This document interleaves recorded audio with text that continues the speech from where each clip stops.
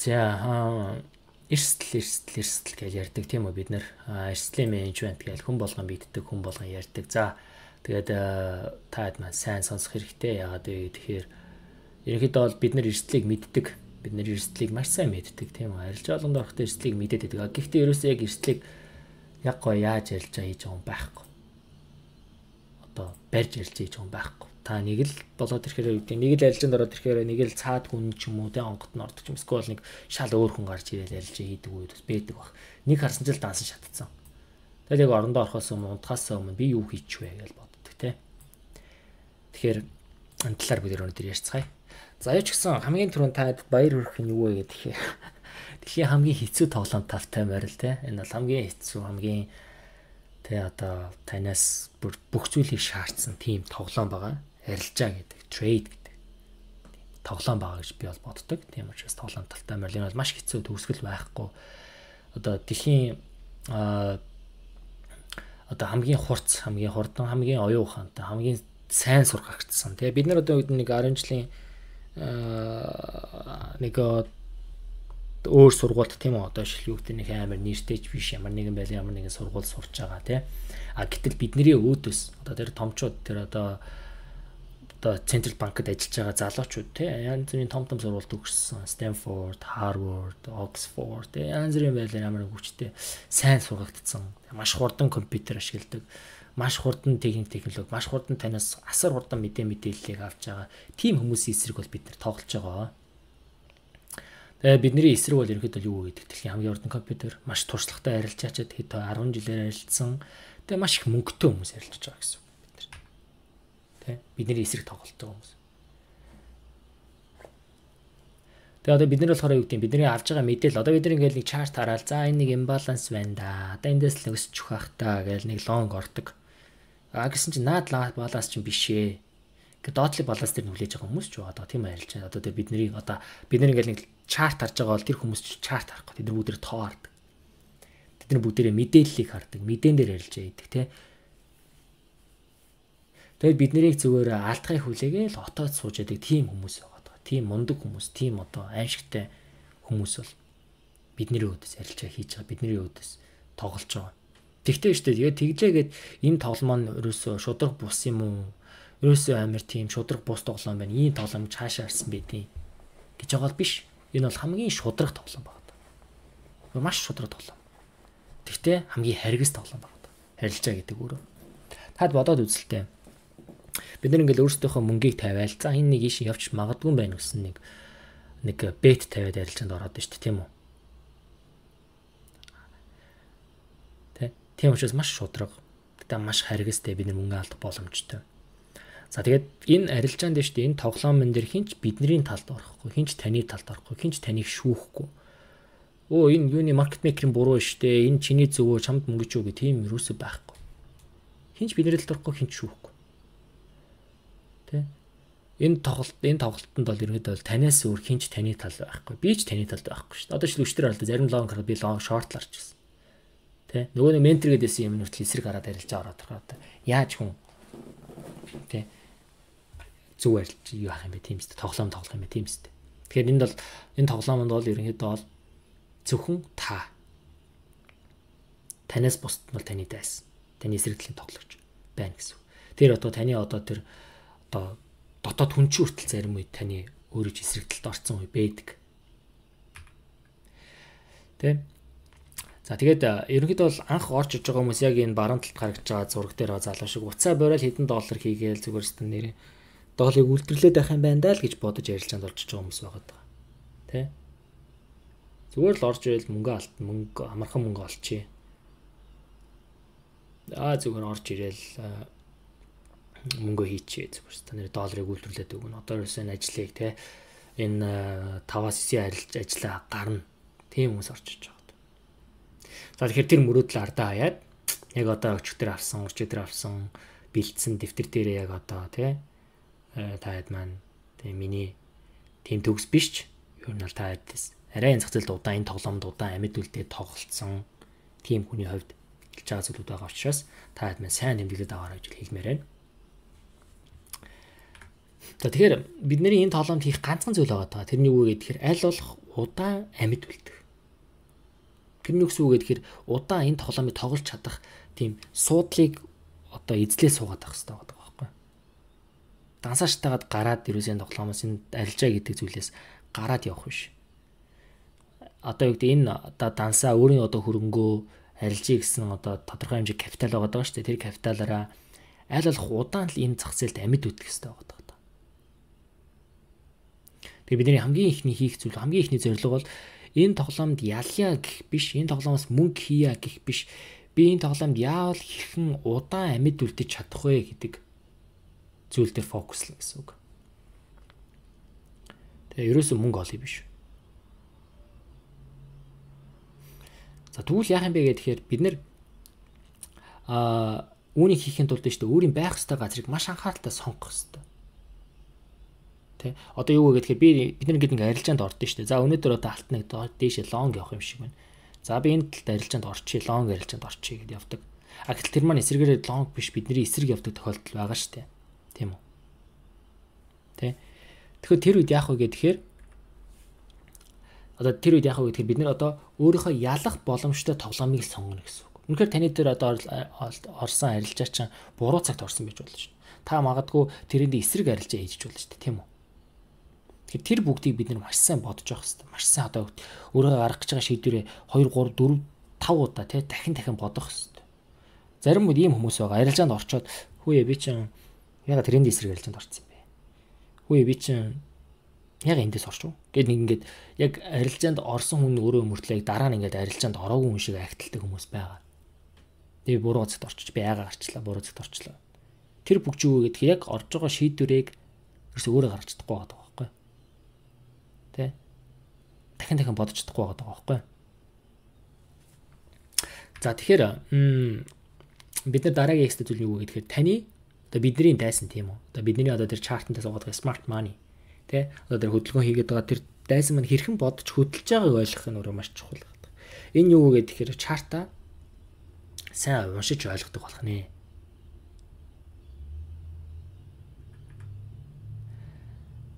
Тэгээд одоо биднэрт одоо зах зээл гэдэг өөрөө unlimited буюу хязгааргүй зүйл байгаа шүү дээ. Тэгээд 7 хоногийн ажлын 5 өдрийн 23 цаг ингээл хөдөлж идэг, байнгын хөдөлж идэг. Нэг бол дээш, нэг бол доошоо зүгээрт байнгын хөдөлж идэг. Гэтэл яг энэ хязгааргүй зах зээл, хязгааргүй хөдөлгөөнд одоо магадгүй ирээдүйд 100 200 жил, 300 жил, магадгүй ирээдүйдээ хүн төрөлхтөө оршин байгаа цаг хугацаанд бол энэ чарт гэдэг зүйл хөдөлж л байна. Гэтэл бидний болохоор тэр капитал буюу арилжах хэмжээтэй арилжааны мөнгө биднэрт оногч байгаа цаг хугацаа магадгүй би одоо 10 жил 20 жил арилжаа хийж болно шүү дээ тийм үү. Эзэж би 50 гарч 60 гарч арилжаа хийж сунаж бас хэцүү шүү дээ тийм маш стресстэй ажил. Тэгэхээр яг биднэрт ингээд хязгаарлагдсан байгаа энэ цаг хугацаа энэ мөнгөтэй үед бид нар яах ёстой вэ гэдгээр маш болгоомжтойгоор бид нар энэ дайсантай тийм эсрэгтлийн тоглогчтойгоо байлдах тулаанаа сонгоно гэсэн. Зөв цагт орно. Зөв одоо хүлээлттэй тийм зөв арилжаануудыг хийхин тулд хүлээн гэсэн. Маш сайн өөртөө байгаа зүйлсээ одоо ашиглаж төлөвлөгөө гаргана. Тэгээд тэр нөхдүүдтэй байлдах газар байлдах үеэ сонгох гэсэн, байлдах цагаа сонгоно. За тэгээд түрүүний хэлдгээр энэ тоглоомд амьд үлдэх хэрэгтэй гэдэг чинь энэ тоглоом маш удаан хугацаанд үлдэх хэрэгтэй гэж хэлээд байгаа. За ерөнхийдөө юу гэдэг вэ гэхээр ер нь нийт арилжаачдын 90% нь өөрийнхөө дансныхаа 90%-ийг 90 хоногт чаддаг гэж байгаа. Их судалгаа байгаа. За энэ хүмүүс зарим үеэс бас ингээд жоохон юу хийж магадгүй санаа нийлж магадгүй тийм. Нэрэл би чинь нэр нэг 2 3 сар дансаачтайгаа дуусчихлоо. Тэр чи юу илээ нэг 90 юмш тачлаа. Бид бодож байсан юмас байх. Би бас ингэ иймэрхүү байсан. Ер нь бол 3 сар бол нэг анх бол таад нөө дансаа харуулсан шүү дээ. Анх бол $1000 цэнэглээд бас 3 сар явсан яасан. Тэгэл хөрөх шатаал дууссан юм билээ. За тэгээд яг энэ алдаад байгаа шалтгаан нь бол юу вэ гэхээр зүгээр л яг нэг эрсдлийн менежмент байхгүй байгаа. Яг үндэл ингээл арилжаач хүн гэхээр нэг амар мундаг бүр ингээл стан нэрээ юмцэн боддог ингэдэг тэгдэг хүн юм болоо гэж бодсон боловч яг үндэл бид нэр риск менежмент буюу эрсдлийн менежмент гэдэг зүйлийг яг ингээд өөрийн болгочиход эрсдлийн менежмент гэдэг зүйлийг яг ингээл бүр маш сайн ойлгоод алхам тутамдаа аваад явчихад бол тийм ч амар хэцүү биш зүйл болоод байгаа байхгүй арилжаа гэдэг бол өөрөө. Хүмүүс яг нэг эрсдлийн менежмент, эрсдэл гэдэг зүйлийг ерөөсөө тоодгүй. Тэгээд мэдгүй пум пам пимпон ингээл иргээрсэн чи арилжаа ингээл стоплос болсон, дансан шатцсан ч юм уу. Одоо фаунд арилж байгаа daily loss нэтэрсэн. Ахаал нэг өөр данс одоо цэнгэлэх гээл өөр данс авах гал сууж идэг байна. За тэгэхээр би та бүхний яг одоогийн шинэ мэрэгжил одоо арилжаач ингээд тэгэхээр л ерөөсөө арилжаач астан нэр мөнгө хевлээд идэх нөхөр биш байх нэ. Бид нар юу вэ гэхээр бид нар нэг тэ хувь компани одоо энд байгаа хүмүүсийн би та бүгд өөртөө нэг ингээд компани гэж бодвол та тэр компанийхаа risk manager болно гэсэн. Таны шинэ албан тушаал, шинэ ажлын чинь одоо мист. Бид нар бол professional risk manager. Бид нар бол мэрэгжлийн эрсдлийн менежер. Энэ арилжаа үнэхээр эрсдэл гаргах боломжтой цаг мөн одоо боломжтой оролтын систем мөн үү, оролтын үе мөн үү биш үү? Би үнэхээр арилжаанд орохдоо эрсдлээ яг ийм хуваар бодож чадчихээн үгүй юу гэдэг тийм шийдвэрийг боддог, тийм зүйлийг бодож байгаа. Та тийм одоо мэрэгчлэлтэн болох хэрэгтэй байгаа байхгүй. За энэ мэрэгчлэлтэн энэ бол таны заавалч байх хэрэгтэй давхар мэрэгчлэг ойлгож. За яг таны магадгүй өөр та арилжаач биш одоо эмчж хийж болно тийм эсвэл өөр зүйлжүүлж байна. Гэхдээ та эмч байсан ч гэсэн арилжаанд орж иж бол та энэ мэрэгчлийг эзэмшихээс өөр аргагүй. Тийм ээ. Одоо би ном бичдэг хүн одоо юу гэдэг зааж байна. Би кино бичдэг хүн. Би кино найруулагч. Гэхдээ кино найруулагч мөртлөө нэг кино одоо нэг хүмүүсийн бич одоо нэг зураглаачийн биччихсэн киног ингээд үзэхгүйгээр би найруулнаа гэж суугаад иж болохгүй шүү дээ тийм үү. Тэгэхээр энэ бол өөрөө бүр basic буюу одоо тэр нэг хамгийн энгийн зүйлүүд байгаа байхгүй. Би эрсдлийн менежер, би ямар арилжаачны өөрийнхөө дансныхаа эрсдлийн менежер, би яг өөрийн гэсэн компани эрсдлийн менежер гэдэг шинэ албан тушаалтай би энэ ажлыг хийж чадахгүй бол танай компани сүрнэ. Танай компани дампуурна тийм үү. Ашиг олохоосоо эхлээд бид нэр өөрийнхөө хөрөнгийг хамгаалах нь маш чухал. Хамгийн түрүүлж хийх ёстой зүйл. Ерөөсөө ирээдүйд би ийм төгрөг олно гэдээ ингээ бодох биш.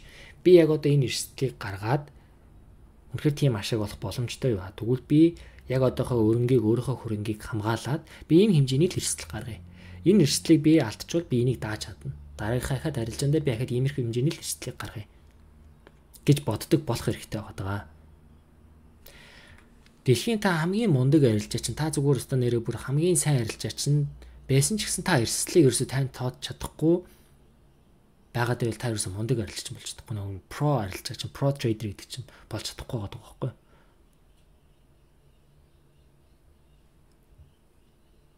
Тэгэхээр бидний ерөөсөө бодох бодол бол юу вэ гэхээр хөрөнгө кимнэх гэдэг нь юу вэ гэхээр одоо дансандах эрсдлээ бага байлгах тий эрсдлийг бага байлгах тэгээд эрсдлийг бага байлгаснараа орлогыг бий болгож байгаа байхгүй. Эрсдэл бага болоод ирэхээр бид нарт дараа нь ингээд арилжаанд орох тоонууд нэмэгдэнэ гэсэн үг. Тэр тоонууд нэмэгдэх тусам тэр тэндээс чинь танд орж иж байгаа арилжааны типийнүүд байгаа, орлогууд байгаа. Орлого бий болно. Орлого бий болсноороо таны данс тогтвортой удаанаар өснө. Хэзээ ч ийм өсөлт байхгүй. Бид нэр харин ийм өсөлтийг ирж болно. Энийг жоохон томруулаад цаг хугацаа өнгөрсөн дээр харахаар энэ чинь ийм өсөлт болно шүү дээ тийм үү? Гэтэл зарим хүмүүсийн хөдөлгөөн бол яадаг вэ гэдэг нэг ийм. Зүгээр ингээд баахан юу гэдэг юм унтахасаа баахан арилжаа хийцэн. Тэгээд ерөөсөө эрсдэл байхгүй. Ерөөсөө данс эрсдэл гэж юу юм бэ? Тийм хүмүүс өндөө байгаа. Та бүхэн маань ер нь ихэнх нь мэдж байгаа бах тий алтан дүүрэн дансныхаа 1% эрсдүүлээ. Дансныхаа 1% эрсдүүлж арилжаанд орохгүй. 1%-аас илүү битээ эрсдүүлээ гэдэг яриад. За тэгвэл бид ер нь бол бид сансргүй байдлаар 10 арилжаанд дарааллаад арилжаанд алтлаа гэж бодъё л та тийм үү. Тэгвэл бидний алдж байгаа алдагдлын үе нийт дансны 10% л байна шүү дээ тий. Тэгэхээр бид нар цаанаа 90%-аар арилжах боломжтой болоод байна тийм үү. Дараа нь тэгэл юу гэдэг нь 3-4 арилжаа ичил буцаагаад та өөрийнхөө 100% дансныг ирж болно гэсэн үг. Тэгвэл энийг арай өөр хэлбэрээр бодоод үзье л та. Бид нэг юу гэж бодъё. Та одоо ингээд амар том ингээд круз аяллаар аялж байгаа заа ингээд та өөрийгөө нэг одоо нэг зав бай гэж бодъё. За таны зав ингээд нэг байдлаар те одоо нэг даалаад ингээд живж гин. Таны газар нэг гэмтэл гараад ч юм уу нэг газар цоороод ч юм уу те даалаад живж гин. За таны зав чинь таны данс байлаа гэж үтэй 100% данс. Тэгвэл таны данс ингээд таны зав ингээд 1%-аар ингээд живэх нь танд одоо дотор байгаа хүмүүсийг одоо аврах боломж те хаана юу гэмтэл гарсан эдгээр бүх зүйлийг ингээд одоо бүгдийг анализ хийх боломж гарах уу? Эсвэл таны данс зуршууд ингээд завчин ингээд 5 20 30 40 60 70 гээд хуваар ингээд живхэн хурдан уу те? 1% хурдан биз дээ. Данс ингээд юу чин завчин ингээд 1% ингээд живээл те. Жохон байж байгаа цаг болгонд баг 1% ингээд живээд байлаа гэхэд та тэр хугацаанд бүх одоо зорчигчдыг бүгдийг гаргаад заваа баг магадгүй аврах бас юу гэж болно шүү дээ. Тийм үү одоо юу гэдэг аврах тусламж дуудаад ч юм уу те. Тиймэрхүү байдлаар. Энэ бол өөрөө яг арилжаан дээр байгаа байхгүй. Арилжаан дээрээс давхар ажиллаад байгаа байхгүй. Хизээч дансыг 5-10%-аар одоо яаж болохгүй. Эрсдүүлж болохгүй. Би бас анхаас дансыг тэгж л өсчихсэн. Та хэд харуулсан татаа олтуудыг бол бүгд дандаа тэгж хийсэн. Яг л тэр хувь, яг л тэр эрсдэл. За тэгвэл энд нэг ийм систем байна л да. За энэ нь ямар систем бэ гэхээр хүн ингэт юм байна. Хүн эхлээд дандаа 1% эхэлт юм байна л да. Арилжаанд бизнес дээр арилжаа 1% эхлүүлнэ. За 1% эхлүүлсэн. За 1% дээр арилжаан дээр алтлаа. Тэгвэл яадаг вэ гэхээр хүмүүс өмнөх стоп-лосоо боддог. Өмнөх стоп-лосоо бодонгуудаа тэр стоп-лосоо нөхөх арилжаа хийдэг. 2% эрсдэлдэг. Тэ? Алдах тусам өөрийнхөө хувийг нэмжээдэг байхгүй нөгөө хүмүүс чинь. Энд тийм хүмүүссэн байгаа нэг алдчихад. За алдснаа олноо. Гайл нэмэл хувь харуулаад нэг талаар орсон бол 2 лот, 2 талаар орсон бол 3 лот, 3 талаар орсон 4 лот гэл ингээл энэ бол дансаа хувлаад ингээл нэмэл давалдаал яваас. Тэгэл хамгийн сүүлд тэ нэг азан таарад ч юм нэг удаа ингээд арилжаа TP авлаа гэхэд нөгөө данс чи брейк юм байгаа байхгүй. Тэгэхээр энэ маань юу вэ гэхээр ерөнхийдөө бол та арилжаанд алдах тусам өөрсдөө эрсдлийн хувийг нэмж тэрийг нэмсээр эцэст нэг удаа ялахад тэр нь арай гэж өөрийнхөө дансан дээр нэрдэг. Тэгмүүд яадаг вэ гэхээр энэ хүртэл яг ингээд амар гой бодож арилжаанд орж байгаа байхгүй. За 1% эрсдэл. Тэгмүүд энэс хойш яаж ийн гэхээр дандаа өмнөх өөрийнхөө арилжааны сэтгэл хөдлөл төлөвлөгөөгүй байдал зөвхөн энэ өмнөх алдсан мөнгөндөө бодож арилжаанууд дээр ороод буцаад өөрийнхөө яг дансан дээр ирэх гэж байгаа энэ одоо зорилготой тэгээ буцаад яг 100% дээр ирэх гэж байгаа зорилготой байдаг. Гэтэл бидний энэ зорилго чинь ерөөсөн анхны дансандаа очихд биш шүү дээ. Бидний зорилго чинь юу вэ? Ашиг их зорилготой. Дансыг өсгөх зорилго байгаа шүү дээ. Зорилготой байгаа шүү дээ. Энэ ихтэй бүр ингээд юу вэ шүү? Бүр ингээд амар гоё жишээ тий. Бүр ингээд ядчил break even болж байгаа жишээ биш үү? 1%-тай. А гэтэл та энэ дээр ингээ хасах 8-аас нь хасах 16 гэснээр ингээ явсаар бүр тэгрүү явж байгаа ч хүмүүс байгаа шүү дээ тийм үү. Тэгэхээр ганц эрсдэл юу вэ гэхээр арилжаан дээр ер нь ганц эрсдэл таны ингээ та ингээ хязгаарлах ёстой эрсдэл юу вэ гэхээр та өөрөө байгаад байгаа байхгүй юу. Арилжаа хийж байгаа та өөрөө таны дансанд та өөрөө эрсдэл болоод байгаа. Эрсдэлт ерөөсөө дансандаа 1% эрсдэл биш. Та яг арилжаанд орохдоо та өөрийгөө эрсдлийг хянах хэрэгтэй байгаа байхгүй. Та өөрөө тэр арилжаан дээр дансанд бол та өөрөө эрсдэл байгаа. Тэ? Тийм учраас таны дансны хувьд бол хамгийн том эрсдэл нь бид өөрөө байгаа байхгүй. Та өөрөө байгаа. За тэгвэл нэг юм байна л да. Одоо бид нар ингээ ямар нэгэн байдлаар арилжаан дээр алддаг тийм үү? За үнэхээр 10 дараалж алдах боломжтой байгаа юу? Та хэд мэн чат хийгээд үзтээ. Комент одоо юугаар. Хүн үнэхээр 10 дараалж алдах боломж байгаа юу? 10 дараалж алдах боломж байгаа тийм үү? За тэгвэл та 1% эрсдүүлснээр 10 дараалж алдах боломж болон 3% эрсдүүлснээр 10 дараалж алдах боломж, 5% эрсдүүлснээр 10 дараалж алдах боломжийг хараад үзээрэй. За 1% эрсдүүлээд иргэн бид нэр 10 болж байна тийм үү? Нийт дансныхаа 10%-ийг л алдчихна. 3% эрсдүүлсэн чинь ингээд 10 дараалал алдсан чинь. Гэтэ яг ингээд 3 яг үнэхээр 3-ыг барьж чадвал шүү дээ. 3 болсноо 5 болоо 5 болсноо 7 болоо ингээд яваад иж болохгүй тий. Яг 3-ыг барьж ирсэн чинь нийт дансныхаа 26%-ийг алдчихна. 5-ыг эрсдүүлсэн чинь нийт дансныхаа 40%-ийг алдчих байгаа байхгүй. Энд чинь нөгөө нэг 5 за 5-ыгаа ахаад нөгөө нэг яг 95-аас ахаад 5 нь болоо явчихна тий. Тэгээ 95-аас 8-аар 4-аар 9.8-ыг хассантай ахаад ингээ хасаа явчих тий. Тэгээ ингээ харсан чинь 40%тай дансаа алдчихна гэсэн. Буцаагаад энэ 40-гаа та одоо 100-аас чинь 40 болчихно гэдгээр эн чинь ер нь 60% та нүлтэд ш тийм үү. Энэ 60 руу буцаж ханшаа аваач арилжаа аваачихын тулд та маш хэцүү замыг туулна гэсэн. За энд нэг юм жишээ байна. 1000 трейд хийгээд биш дээ. Хүн 10 алдаж болох боломжтой хувь гэж байна. 1000 трейд хийхээс. За тэгвэл одоо энэ дээр та харъя. Та дэлхийн ямар ч арилжаач юм байсан заяа. Та дэлхийн үнэхээр мундаг арилжаач. За байли би нэг win rate те одоо би win rate маань 40 50% арилжаач юм бай гэж бодъё заяа. 50% арилжаач юм байла. За байли би 60% арилжаач юм заяа. Win rate 60%. Би ер нь 10 арилжааны 6-ыг нь ялцдаг. Гэтэл яг энэ хүн 1000 удаа арилжсан арилжаад дунд 10 дараалж алдах боломж маань өөр хэд вэ гэхээр 10% байгаа байхгүй. Тэ 10% та тэгэхээр тэр хүн алдах боломж байх нь 10 дараалж. За боли 10 дараалж алдна гэхээр би чинь 10-т 6 алдах хүн шүү дээ. 5 дараалж алдах боломж байна уу? 100% гэж шүү дээ. Заавалчгүй 1000 арилжаа гэхэд өөрт чинь бол 5 дараалж алдах боломж байгаа шүү гэдгийг хэлээд байгаа. 6 дараалж алдах уу? Байна 98 гэж юм бүр. 7 бүр 80 гэж тий. Яг эндээс л 48 арайгааг байна тийм үү? 60% арилжаач. Гэтэл яг үндэ бид нэр 60% үлдэж гин үү? За миний хувьд л би л энэ 7 хоногт нэг 100-ийн данс эхлүүлээд арилжсан. Ер нь одоо win rate бол нэг 40% л хэлээ.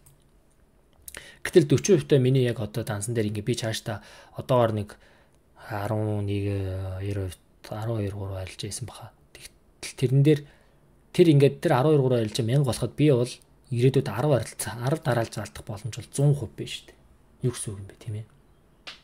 Зоолохтой 10 дараалж алдах нь шүү дээ тийм үү? Тэгэхээр та ямар ч арилжаач юм байсан, ямар ч мундаг арилжаач юм байсан, win rate маань тий ямар ч мундаг арилжаач юм байсан та бол заавал 10 дараалж алдах боломжтой байх нэ. За бүр энэ минь бол тий энэ л арай. Ер нь бол за нэг 70-аас доош бол тий 5 дараалж алдах боломж л 91 байна. Тэгвэл бид нар тэр 5 дараалчих дээрэл 5 дараалж алдах тэр нэг үе биднэрт ирнэ гэдэг нь хилээд байгаа маань статистикээр. Тэгвэл 5 дараалаад алдахтаа л бид нэр рискэл зүв байраад ирвэл бид нар 5%-ыг л алдах нь буцаагаал энийгээ ганц 2 3 арилж агаар хийчихвэл буцаагаал дансаа буцаагаад тий recovery хийчих нь тийм үү. Яг тэр 5 дараалаад алдах дээр ирсэн чинь ханш би бүр яг тухайн үедээ би ингээл амар эго өнжирсэн ямар ч эрсдлийг барихгүй арилжаан дээр ямар ч TP юу гэдэг ерөөсөө зүгээр би үгийн л алддаг би үгийн л 60% арилждаг хамаагүй гэл тэгэл явж исэн яг 5 дараалал ирсэн чинь дансааштай бол яах вэ? Үнэхээр харамсалтай байсан. Үнэхээр босгосон хөрөнгө байхгүй да.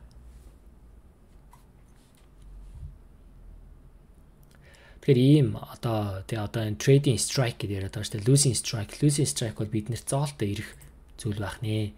Тэгэхээр биднэрт ер нь арилжаан дээр шүү дээ. Яг одоо энэ эрсдэл гэдэг одоо энэ том арилжаа гэдэг зүйл дээр бол биднэрт хийх бол дөрвөн одоо биднэрт яг эндээс гарах хэвээр дөрвөн л одоо арилжаанд орсон бол гарах хэвээр дөрвөн л зүйл байгаа. Нэг нь юу вэ гэхээр жижиг ялалт, том ялалт,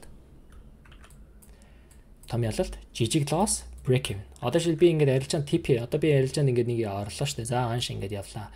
За би эндээс ингээд long орчих. Одоо эндээс long орлоо, тийш анш явлаа. За энд орсон. Миний столс энэ доор TP энд.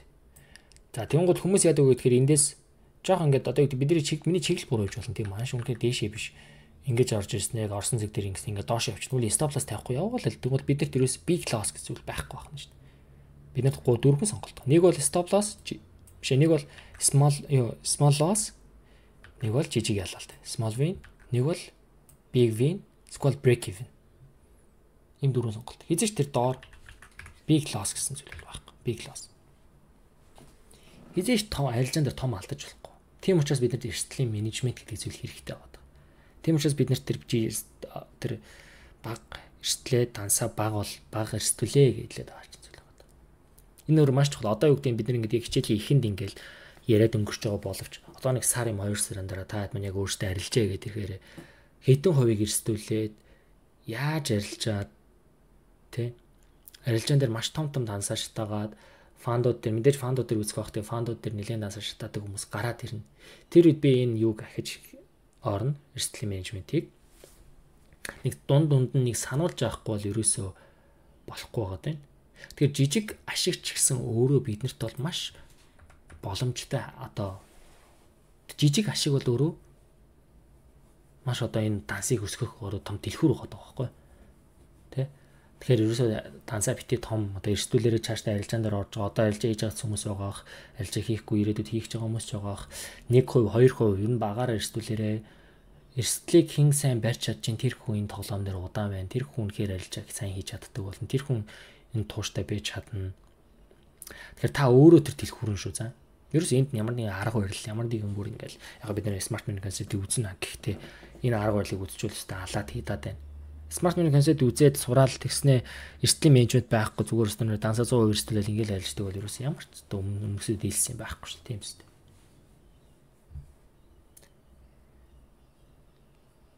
За тийм байна. Өнөөдөр эрсдлийн менежмент, эрсдэл гэдэг зүйлийг энэ хүртэл манайхан асуулт байл асууж болно.